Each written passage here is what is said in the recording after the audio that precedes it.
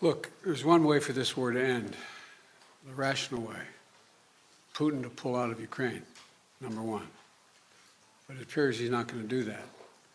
He's paying a very heavy price for failing to do it, but he's inflicting incredible carnage on the civilian population of Ukraine, bombing nurseries, hospitals, children's homes.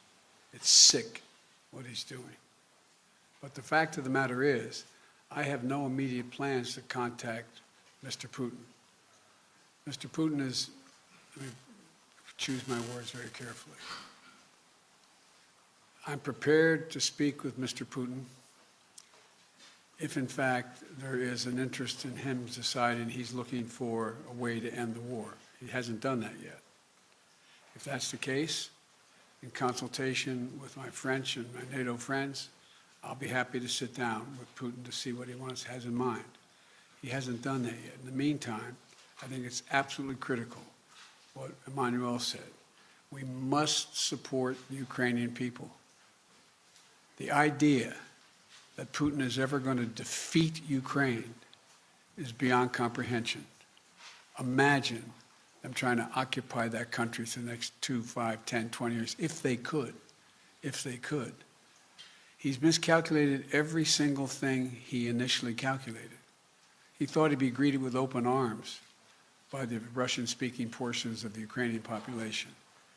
Go back and read his speech when he invaded, when I said they were going to invade, and they did when we said they were.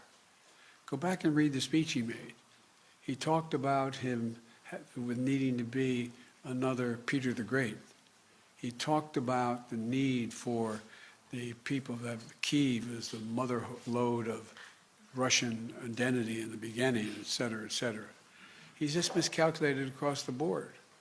And so the question is, what is his decision? How does he get himself out of the circumstance he's in? I'm prepared, if he's willing to talk, to find out what he's willing to do, but I'll only do it in consultation with my NATO allies. I'm not going to do it on my own. Thank you. And let me just say that our two nations are made of values and history. And what is at stake in Ukraine is not just very far from here, in a small country somewhere in Europe, but it's about our values. And it's about our principles. And it's about what we agreed together in the UN Charter, protecting sovereignty, in territorial integrity.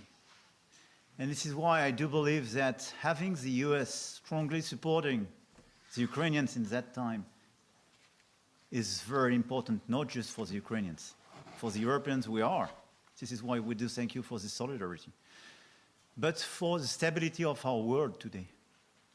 Because if we consider that we can abandon the country and abandon the full respect of these principles, it means that there is no possible stability in this world. So I think it's extremely important to have you so much committed. So I'm confident because I think your people and your representative do endorse and understand these objectives. We will follow up our own support. We increased our military support. We increased our economic support. We are increasing our humanitarian support. And for the second question you raised, let me tell you that we will never urge the Ukrainians to make a compromise which will not be acceptable for them. Because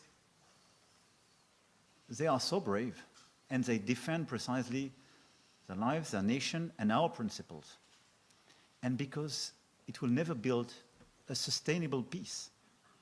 If we want a sustainable peace, we have to respect the Ukrainians to decide the moment and the conditions in which they will negotiate about their territory and their future. Merci beaucoup. Thank you so much. Ladies and gentlemen, distinguished guests, please remain in your seats until the official delegations have departed.